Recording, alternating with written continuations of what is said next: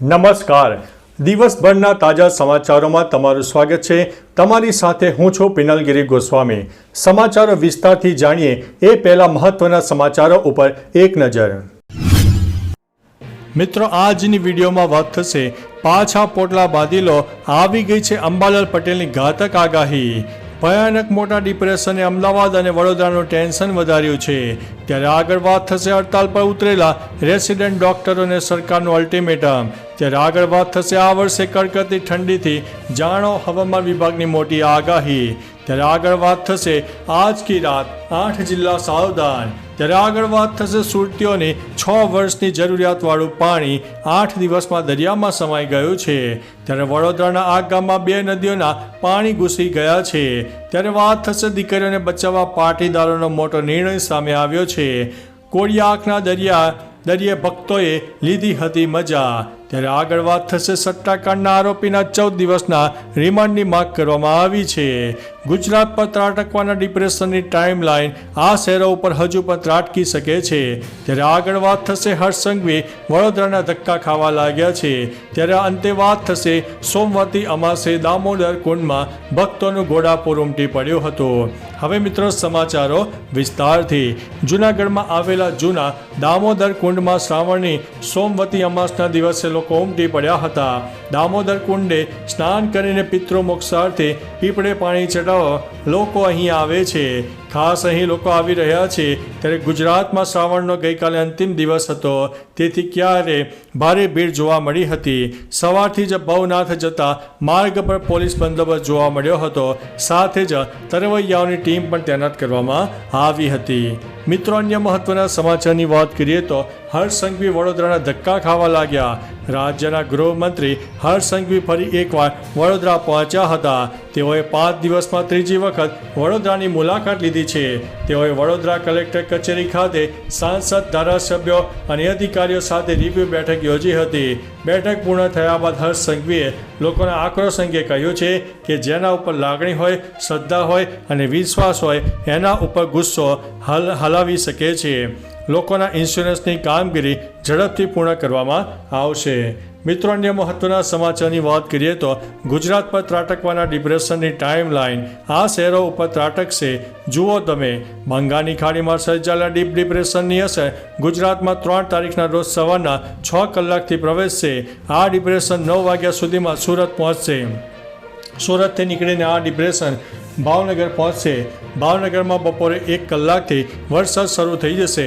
ભારે વરસાદ સાથે સર્જાયેલું ડિપ્રેશન વડોદરામાં મુશ્કેલી વધારશે. વડોદરા ફરીથી એકવાર એલર્ટ મોડ ઉપર આવી ગયું છે. મિત્રો, અન્ય મહત્વના સમાચારની વાત કરીએ તો સટ્ટાકાંડના આરોપી 14 દિવસના રિમાન્ડની માંગ. સટ્ટાકાંડના આરોપી દીપક ઠક્કરને કોર્ટમાં હાજર કરવાનો આદેશ આપવામાં આવ્યો છે, જેમાં પોલીસે તેના 24 દિવસના રિમાન્ડની માંગ કરી છે. તમને જણાવી દઈએ કે સટ્ટાકાંડમાં દીપક ઠક્કરનો ખૂબ મોટો રોલ છે તેવું તપાસમાં સામે આવ્યું છે. કેટલાક આરોપીઓ દુબઈમાં જ છે, જ્યારે પ્રત્યાર્પણ સંઘી અંગે આરોપીને ભારત લઈને આવ્યા હોવાની કોર્ટમાં જાણકારી આપવામાં આવી છે. મિત્રો, અન્ય મહત્વના સમાચારની વાત કરીએ તો કોળિયાકના દરિયા ભક્તોની મોટી ભીડ જોવા મળી હતી. ગઈકાલે શ્રાવણી અમાસનો દિવસ હતો, તેથી કોળિયાકના દરિયે ઘણા લોકો પહોંચી ગયા હતા. ભાવનગરમાં અમાસનો મેળો યોજાય છે. નિષ્કલંક મહાદેવનું મંદિર આવેલું છે, જ્યાં વહેલી સવારથી દર્શન કરવા ભક્તોની ભીડ લાગી જાય છે. ઘણા ભક્તોએ દરિયામાં ડૂબકી લગાવી હતી. ઘોઘા તાલુકાના કોળિયાક ગામે સમુદ્રમાં નિષ્કલંક મહાદેવ બિરાજમાન છે. છેલ્લા 2 દિવસથી ચાલતા લોકભાતીગળ મેળાનું ગઈકાલે સમાપન યોજાયું હતું. મિત્રો, અન્ય મહત્વના સમાચારની વાત કરીએ તો દીકરીઓને બચાવવા પાટીદારોનો મોટો નિર્ણય. ગુજરાતમાં વસતા પાટીદાર સમાજમાં એક ક્રાંતિકારી પહેલ શરૂ થઈ છે. સમાજમાં લગ્નની નોંધણી માતા પિતાની સહમતિ ફરજિયાત કરવા માંગ કરાઈ છે. ત્યારે ઉમિયા પરિવાર સેવા ટ્રસ્ટ ધર્મપુરમાં શ્રી સરદાર પટેલ સેવાદળ SPG દ્વારા એક બેઠકનું આયોજન કરાયું હતું. કામલી ગામે યોજાયેલી બેઠકમાં લગ્નમાં નોંધણીના મુદ્દે ચર્ચા કરવામાં આવી હતી. આ કાર્યક્રમમાં SPG મહિલા રાષ્ટ્રીય સંયોજક અંજનાબેન પટેલ પણ હાજર રહ્યા હતા. મિત્રો, અન્ય મહત્વના સમાચારની વાત કરીએ તો વડોદરાના આ ગામમાં 2 નદીઓના પાણી ઘૂસ્યા છે. વડોદરાના ડભોઈના ગોજલી ગામે દેવ અને ઢાઢર નદીના પાણી ફરી વળતા ખેડૂતોના ઊભા પાકને ભારે નુકસાનની ભીતિ સેવાઈ રહી છે.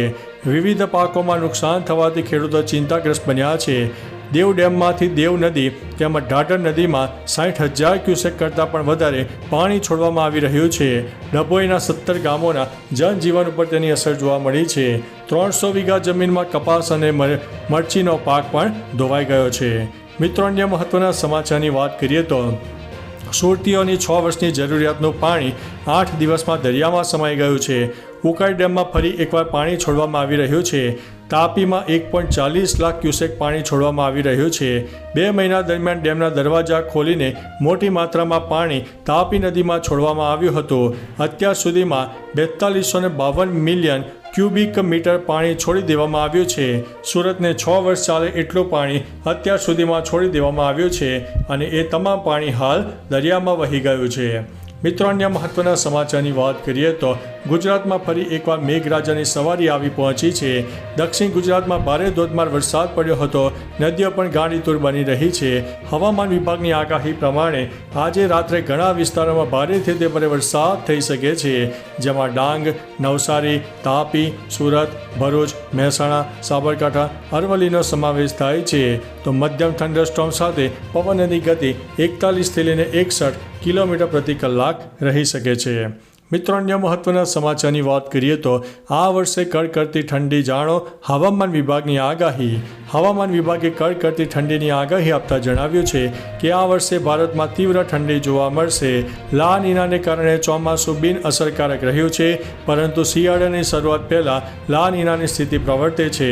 તો ડિસેમ્બરના મધ્યમથી જાન્યુઆરીથી તીવ્ર ઠંડી રહેશે, જે ભારતમાં ગુજરાત સહિતના રાજ્યોમાં પણ ઠંડી પડી શકે છે. સપ્ટેમ્બર દરમિયાન લા નીના સક્રિય થઈ શકે છે. મિત્રો, અન્ય મહત્વના સમાચારની વાત કરીએ તો હડતાલ પર ઉતરેલા રેસિડેન્ટ ડોક્ટરોને સરકારનું અલ્ટિમેટમ. ગુજરાતમાં રેસિડેન્ટ ડોક્ટરો વિવિધ માંગ સાથે હડતાલ પર ઉતરી ગયા છે, જેના પગલે દર્દીઓમાં ભારે મુશ્કેલી જોવા મળી હતી. રાજ્ય સરકારે હડતાલ પર ઉતરેલા રેસિડેન્ટ ડોક્ટરોને અલ્ટિમેટમ આપી દીધું છે. સરકારે કહ્યું છે કે સ્ટાઇપેન્ડમાં વધારા સામે અસંતોષને કારણે હડતાલ પર ઉતરેલા તબીબો સામે કાર્યવાહી થઈ શકે છે. ઉપરાંત ફરજ પર ન જોડાનાર ડોક્ટરો સામે નિયમ અનુસાર કાર્યવાહી કરવામાં આવશે. મિત્રો, અન્ય મહત્વના સમાચારની વાત કરીએ તો ભયાનક મોટા ડિપ્રેશને અમદાવાદ અને વડોદરાનું ટેન્શન વધાર્યું છે. ફરી એકવાર ગુજરાત તરફ મોટું ડિપ્રેશન આવી રહ્યું છે. વિન્ડી એપ્લિકેશનની આગાહી અનુસાર આજે 3 સપ્ટેમ્બરે બપોરે 2 વાગ્યાથી 4 સપ્ટેમ્બર સુધી સવારે 6 વાગ્યા સુધી આ સિસ્ટમ વડોદરાના માથા પર તબાહી મચાવશે. ત્યારે આ કલાકો દરમિયાન વડોદરા પર મોટું સંકટ આવી પડશે. વડોદરામાં 24 કલાક માથા પર મંડાયેલું રહેશે. 4 સપ્ટેમ્બરના રોજ સવારે તે આગળ અમદાવાદ તરફ પ્રયાણ કરશે. મિત્રો, અન્ય મહત્વના સમાચારની વાત કરીએ તો અંબાલાલ પટેલની ઘાતક આગાહી સામે આવી છે. હવામાન નિષ્ણાત અંબાલાલ પટેલે ફરી એક વખત આગાહી કરી છે, જેમાં જણાવ્યું છે કે ગુજરાતમાં સપ્ટેમ્બરમાં 3 થી 10 તારીખ વચ્ચે વરસાદની સંભાવના વધુ છે. સપ્ટેમ્બરમાં બીજા સપ્તાહમાં ગુજરાતના કેટલાક ભાગોમાં ભારેથી અતિભારે વરસાદની શક્યતા છે. દક્ષિણ ગુજરાતના ભાગોમાં ભારેથી અતિભારે વરસાદ થઈ શકે છે. પૂર્વ ગુજરાતના ભાગોમાં પણ વરસાદ વરસી શકે છે. તો કેટલાક ભાગોમાં પૂર જેવી પરિસ્થિતિનું નિર્માણ થઈ શકે છે. તો ચાલો મિત્રો, ફરીથી દેશ અને દુનિયાના સુપરફાસ્ટ સમાચાર લઈને મળતા રહીશો. ત્યાં સુધી અમને રજા આપશો. નમસ્તે.